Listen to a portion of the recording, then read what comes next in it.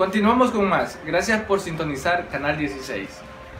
Como mencionábamos, todos estos temas son bastante delicados de tratar, y en especial lo que es el suicidio, pues por todas los tabúes que se tienen o todo lo que desconocemos del suicidio. ¿Por qué lo hacemos? ¿Por qué estas personas tienden a tomar estas decisiones tan extremas? Y creo de que es importante conocerlo también y no tenerle miedo al hablar de estos temas, porque entre más conocemos, más vidas podemos salvar. ¿Cómo? Pues, como ya mencionábamos, canalizando y centralizando los síntomas. Si sabemos qué personas están presentando estos síntomas, poder ayudarle de alguna manera. A veces con una sola palabra, con solo escucharle, podemos hacerle cambiar de parecer a una persona que esté pensando ya en quitarse la vida. Vamos a tomar en cuenta también las crisis de las etapas de desarrollo. Los seres humanos tenemos etapas de desarrollo y en estas etapas muchas veces se presentan crisis.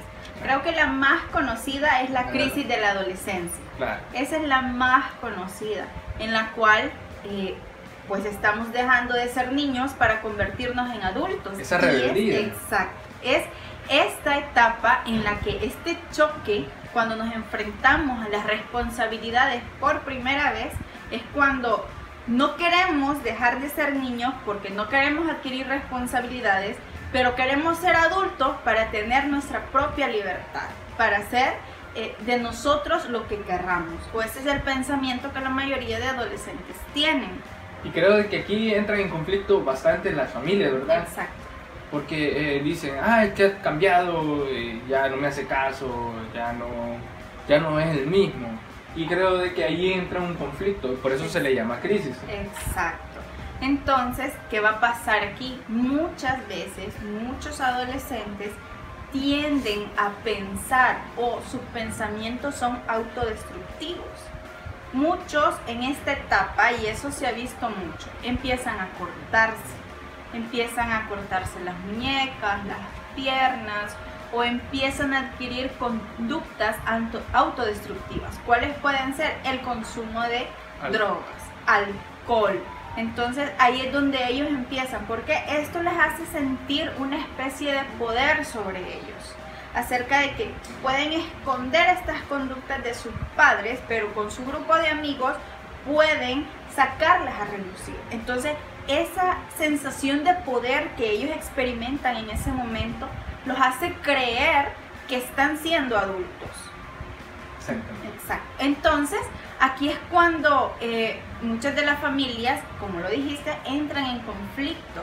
¿Por qué? Porque hay que guiar al adolescente, hay que enseñarle al adolescente, pero cuando no hay una base previa, cuando no hay una educación previa, y no me refiero al hecho de educación en cuanto a escuela ni nada de esto, sino que una educación en base de valores, en base de las normas, las reglas, los derechos y los deberes que tenemos cada uno de nosotros, entonces es cuando esto sucede. Y claro, muchas veces también vemos adolescentes con amigos o con personas que realmente solo los llevan a autodestruirse más. Y creo que eso también influye bastante en qué tipo de familias son, o cómo es digámoslo así, cómo ellos los educan, digamos. Si son estrictos o son comprensivos, o simplemente, son mis hijos, pero que hagan lo que quieran, ellos ya saben lo que hacer. Realmente nadie piensa en la muerte. Claro. A nadie se le educa acerca de la muerte, porque todos huimos de ella.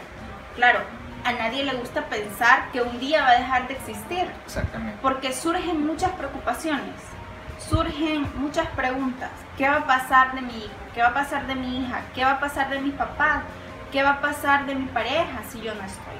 Entonces, a nadie le gusta pensar en esto. Y a nadie le gusta, en las familias a nadie le gusta hablarlo. Es muy común de repente las bromas entre familias. El día que yo no falte, dice la mamá. El día que yo ya no esté, dicen los papás.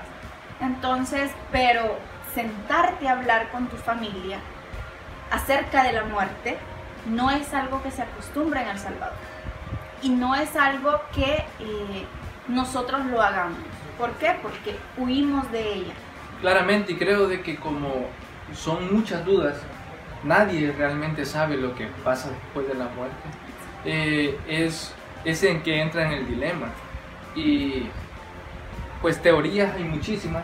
Está la teológica, que le da a la persona la tranquilidad de que si se porta bien, poder estar en el cielo, ellos le llaman el cielo, en un lugar tranquilo, bello, hermoso. Lo relacionamos todo a eso porque eso de cierta manera da una tranquilidad, pero el hecho de cometer suicidio lo toman como algo malo. Exacto. Entonces lo relacionan a lo contrario. Y aquí es donde surge un estigma muy grande en cuanto a la persona que comete suicidio y en cuanto a tachar a la familia cuando esto sucede, porque es un acto condenable, es un acto que te va a llevar al infierno, es un acto que deja marcada a tu familia, pero hay más. O sea, detrás de esto hay muchas cosas más y vamos a hablar acerca de las fases que va a pasar una familia, porque este es un duelo. Claro. Ellos van a atravesar por un duelo.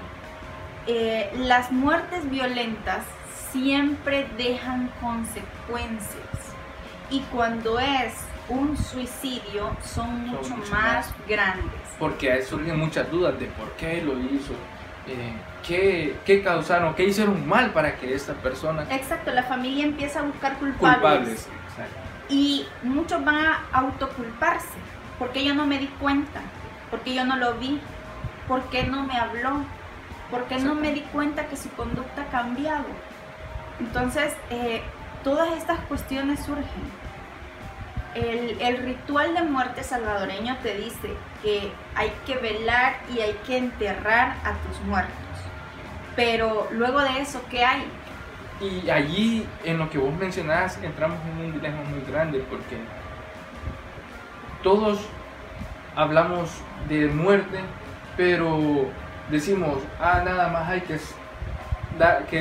tenga resignación. Exacto. Sin embargo, cuando la persona está llorando, por ejemplo, lo está invocándolo, digamos, su nombre o el recuerdo, todos le dicen, no llore, no haga esto, y entonces detenemos el proceso de duelo. Exacto. Entonces, ¿qué es lo que nosotros sugerimos? De que no, si la persona quiere llorar, que llore. Si la persona necesita pronunciar su nombre, con esa manera ella se va a sentir bien, pues que lo haga.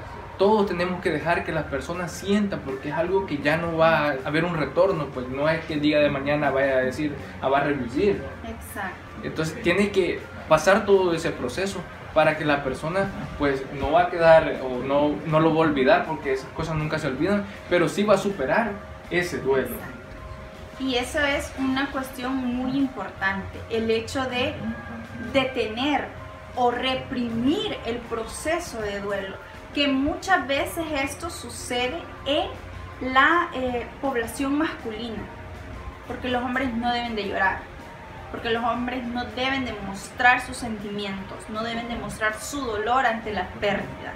Y esto es algo muy, muy real que vemos en la población salvadoreña. Bueno, entonces vamos a hacer una nueva pausa. Espero nos sintonicen después del comercial.